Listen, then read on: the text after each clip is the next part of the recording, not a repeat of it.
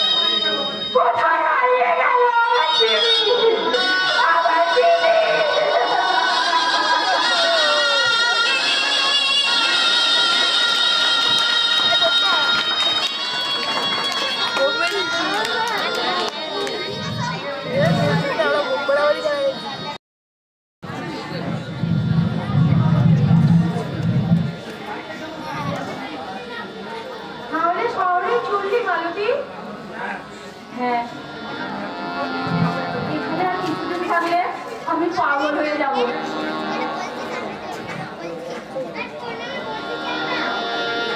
ঘরে ঢুকলেই পুরানো সব কথা মনে পড়ে যায়। পুরানো চিহ্ন চোখে পড়ে। বুকের ভেতরটা কেমন যেন করতে থাকে। মনে হয় বুঝি বুকটা আমার ফেটে যাবে। তাই শহরের হাসপাতালে বদলে নিয়ে আমি চলে যাচ্ছি। তুই তাই যা, এখানে যদি গেলে তোর যদি মনটা যদি ভালো হয়। এ মন আর শান্ত হবে না রে বুনু।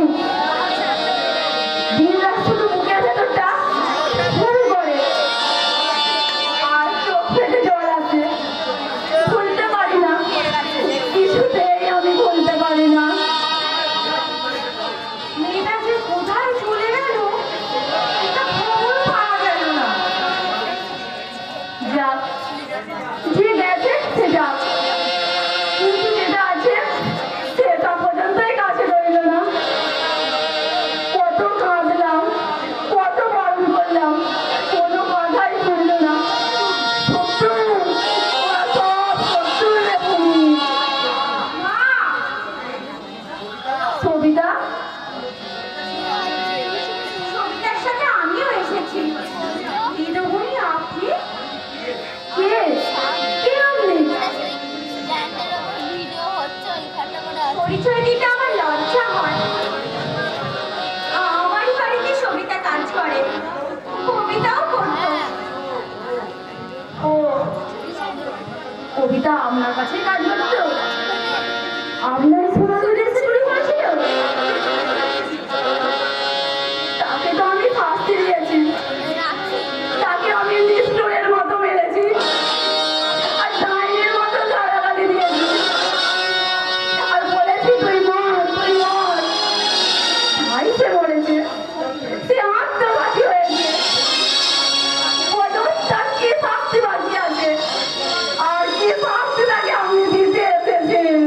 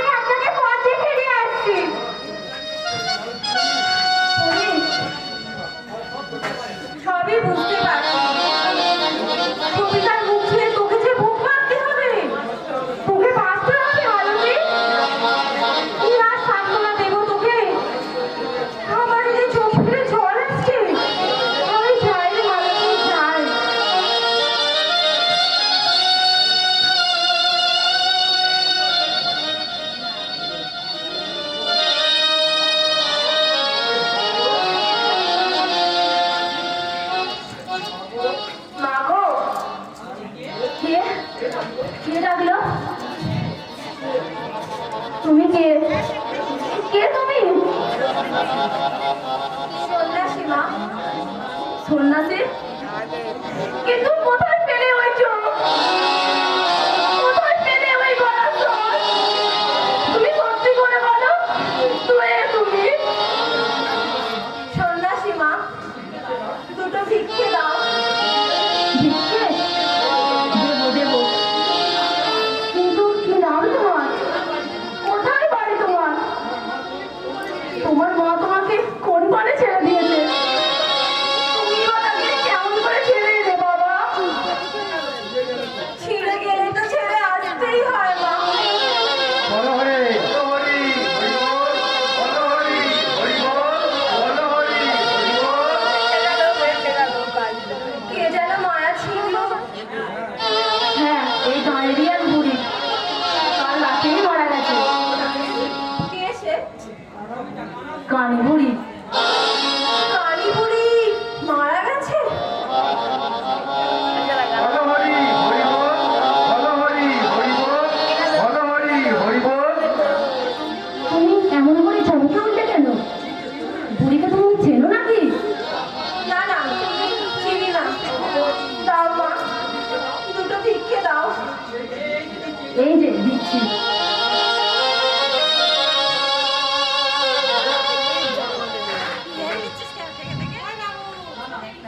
না না, আমি আর সামলাতে পারছি না, আমি পালাই।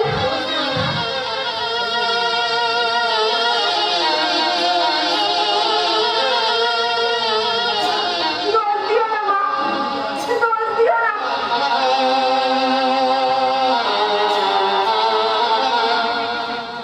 আমি যাই।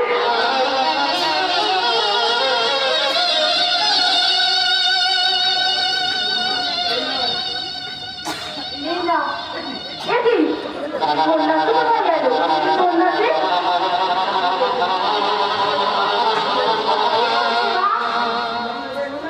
সন্ন্যাসী কোথায় গেল? ভিক্ষে চাইলো আমার কাছে, ফিরে এসে দেখি আর সে নেই। সে কি? কে এসেছিল? তবে সন্ন্যাসীর বেশে কে এসেছিল?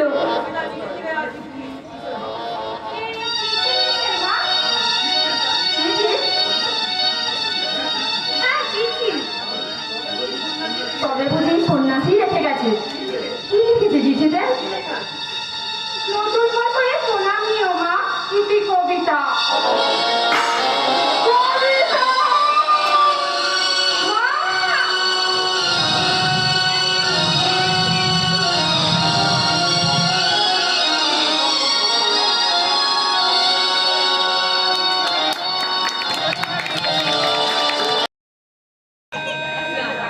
নিউজ চ্যানেলের সদস্যদের পরিবারের সকলের শুভেচ্ছা ও ভালোবাসা দিয়ে আপনারা যেভাবে সহযোগিতা করেছেন আশা করছি ঠিক সেই সময় ভাবেই সহযোগিতা করবেন আমাদের সঙ্গে।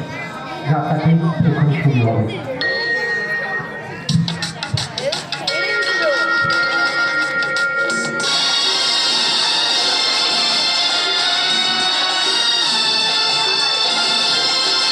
না না, এই কথা মিথ্যে। মিথ্যে নয় মা, এই কথা সত্যি। সত্যি, সত্যি তুমি আমার আপন ভালো। না, আমি নিঃসন্তান। সন্তানের লোভে আমি তোকে চুরি করেছি। চুরি? চুরি? তারপর তোর বুড়িকে গোবর করে তুই আমার সামনে আমাকে ছেড়ে দিয়ে মন্দিরে দিয়ে মানুষ করেছিস। আমার স্নেহ সত্যি, মমতা সত্যি, কিন্তু আমার পরিবার মিথ্যা। আমি তোর মা নই। না, আমি বিশ্বাস করি না। এই কথা আমি বিশ্বাস করি না। ওরে, বিচার যে তোকে করতেই হবে। আমি যে আজ পাপের বোঝা নামাতে চাই। আমাকে তুই পাপমুক্ত হতে দে। পাপমুক্ত হতে দে।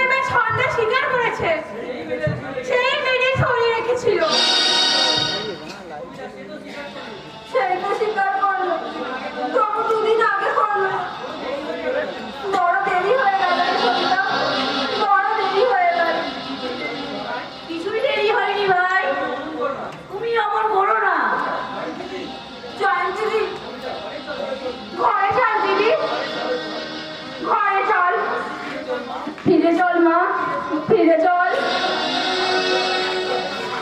আর যে আমার ফেরা চলে না মা। কেন চলবে না ভাই?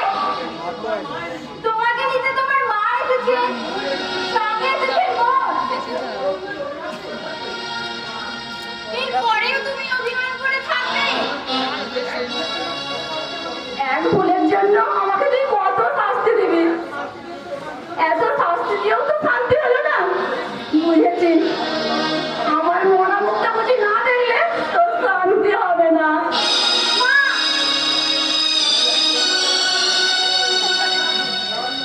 যান না, কবিতাকে ঘরে নিয়ে যান। যাও কবিতা, তুমি ফিরে যাও। যদি অভিনয় করতে চাও মায়ের অনুমতি নিয়ে আসো। আমার দোয়া তোমার জন্য সবসময় খোলা থাকবে। তবে যাই দিদি, আসিস কয়নাদি মনের মধ্যে খেলে এনে আপনারা আমাকে নতুন জীবন দিয়েছে। আপনাদের কথা আমি কোনোদিনও ভুলতে পারবো না, কোনোদিনও না। চলো মা, চল কবিতা। দাঁড়াও, একটু দাঁড়াও তোমরা। আপনি দিদিমণি, বাড়ির পাশে যাত্রার আসর বসেছে, আমিও যাত্রা শুনতেই এসেছিলাম। ভাবতে পারিনি যে এই যাত্রার আসরে এসে কবিতার দেখা পাবো। কবিতা, তোমার উপর আমি মস্ত অবিচার করেছি। ইতরকে চোর বলে তাড়িয়ে দিয়েছি, মাথায় চাপিয়ে দিয়েছি কলঙ্কের বোঝা। আমাকে তুমি ক্ষমা করো কবিতা, আমাকে তুমি ক্ষমা করো। ছি, ছি, আমাকে দোষী করবেন না। আপনি যা করেছেন তাই আজেরই করেছেন। যাত্রা শেষ হচ্ছে, আমি তোমার চোখ তোমাকে দেবো বলে বাড়ি থেকে একটা জিনিস নিয়ে এসেছি। তুমি নেবে তো কবিতা? আপনি যা দেবেন আমি তা মাথায় তুলে নেবো না। তবে এই নাও,